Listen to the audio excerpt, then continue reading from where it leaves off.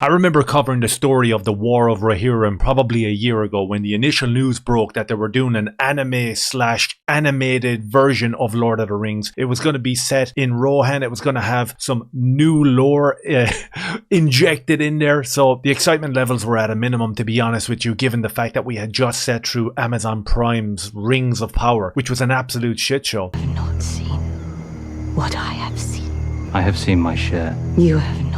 You have not seen what I've seen. You have not seen what I have seen. Hey!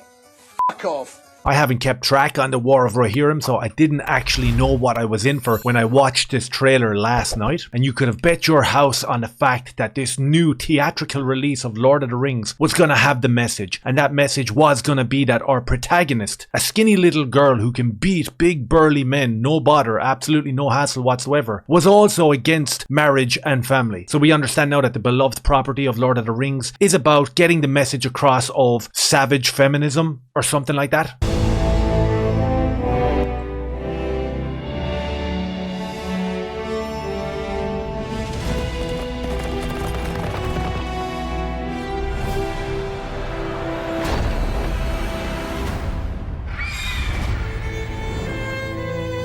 So you know that they're throwing the kitchen sink at this thing when we open this trailer with live action footage of Peter Jackson's Lord of the Rings, the beloved Lord of the Rings. That's accompanied by the theme of Rohan. And you're kind of looking at it and it's pulling at the heartstrings, and there's a lot of nostalgia flowing back for people. Or at least that's what the PR team are expecting and hoping to happen. Big titles on the screen, Peter Jackson, the groundbreaking journey back to Middle-earth, all this type of stuff. And then we kind of get into the trailer after about 25 seconds.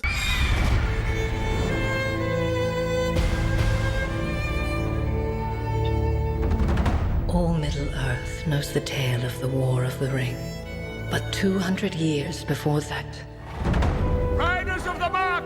Brothers of Rohan! there was an older tale. 200 years before that, we've pretty much desecrated the original material and just made up some stuff ourselves about like some skinny chick who's gonna beat the shit out of everybody. We could have ended the trailer there on 32 seconds and we would have had the exact same result. Now, I'm not gonna watch the trailer. I can't do that shill reaction face like, oh my god, this is so unbelievable. I can't do that. I can't do that because when I watched it, it was almost a mixture of, oh my god, this is terrible, and I actually want to puke. With an offer to strengthen Rohan. Hedda, daughter of Helm, I, Wolf, seek your hand in marriage. Our fathers speak as if I were not even in the room. I do not want to marry you. Right there and then, I knew exactly what we were in for. We had maybe a 10-second window where I thought maybe this was going to be good. And then we got the obligatory story of a young girl who doesn't want to marry someone. This is actually Middle-earth now. This is J.R.R. Tolkien's Lord of the Rings is about like some 17-year-old kid who doesn't want to get married. And I guess the fate of Middle-earth is going to land on her shoulders and only she can save it. We've had 15 years of this absolute insanity in terms of woman bosses and female protagonists that literally would not be capable of doing anything that we see portrayed on screen, and we're all supposed to slurp it up, and the excuse that we keep on being fed is, listen, this is the movies, anything is possible. No thank you, I'll pass. The boy I knew would never wish for war. The boy you knew is gone. Fire! There's so many of them.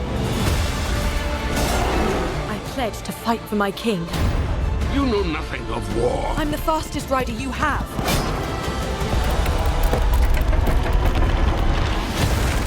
People need hope here.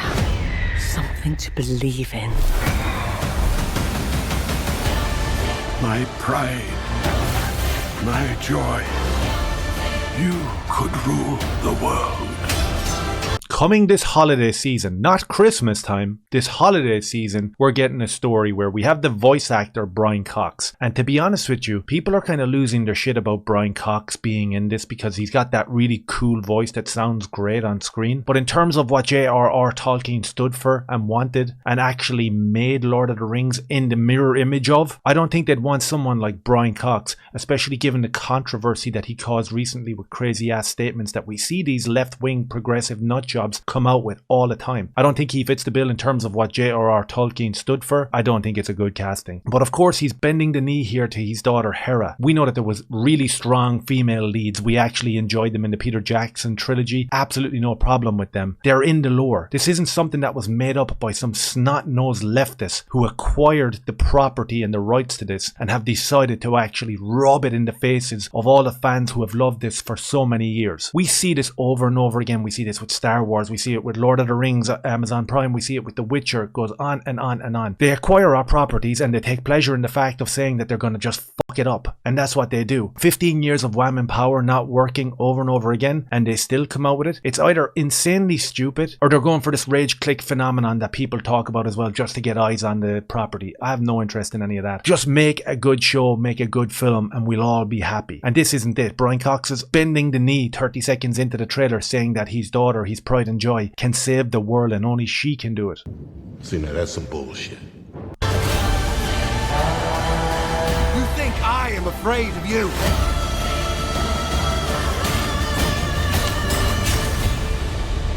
You should be.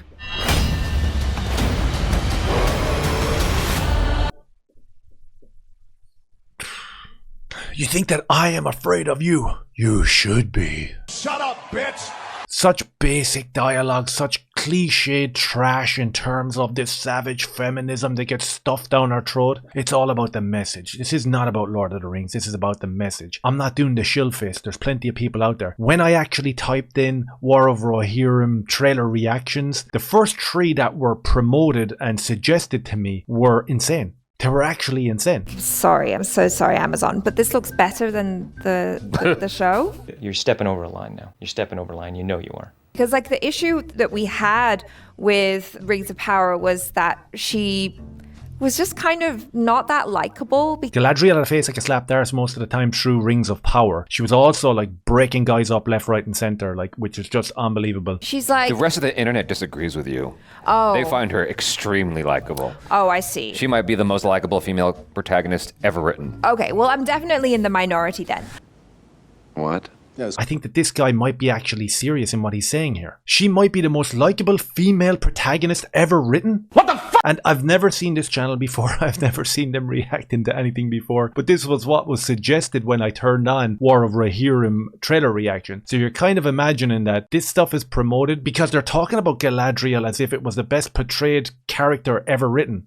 What? Like, it looks like a pretty cool barbarian sort of Viking-esque tale, you know? I mean, it's certainly like you got your heroine who wants more than just to be, you know, some wife to, you know. So we have this Viking barbarian tale like we've all known and loved throughout the years. Conan the Barbarian, the Vikings, Kirk Douglas, Tony Curtis, Alexander Skarsgård, the Northman, all these fantastic Viking tales that were about a young girl who didn't want to get married and became this strong, independent woman and went around and kicked the shit out of everyone else in the show. You know them awesome movies that we've been watching for years? This is kind of like what Lord of the Rings is going to be.